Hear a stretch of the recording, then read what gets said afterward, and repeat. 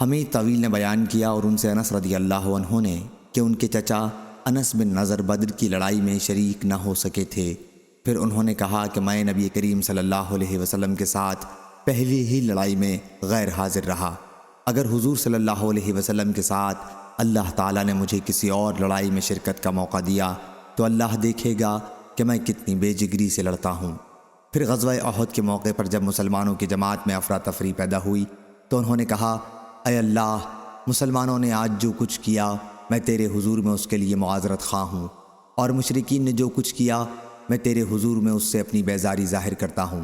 پھر وہ اپنی تلوار لے کر آگے بڑھے۔ راستے میں حضرت سعد بن معاذ رضی اللہ عنہ سے ملاقات ہوئی تو انہوں نے ان سے کہا، سعد کہاں جا رہے ہو؟ میں تو احد پہاڑی کے دامن میں جنت کی خوشبو سونگھ رہا ہوں۔ اس کے بعد وہ آگے بڑھے اور شہید کر دیے گئے۔ ان کی لاش پہچانی نہیں جا رہی تھی۔ آخر ان کی بہن نے ایک تل یا ان کی انگلیوں کے پور سے ان کی لاش کو پہچانا۔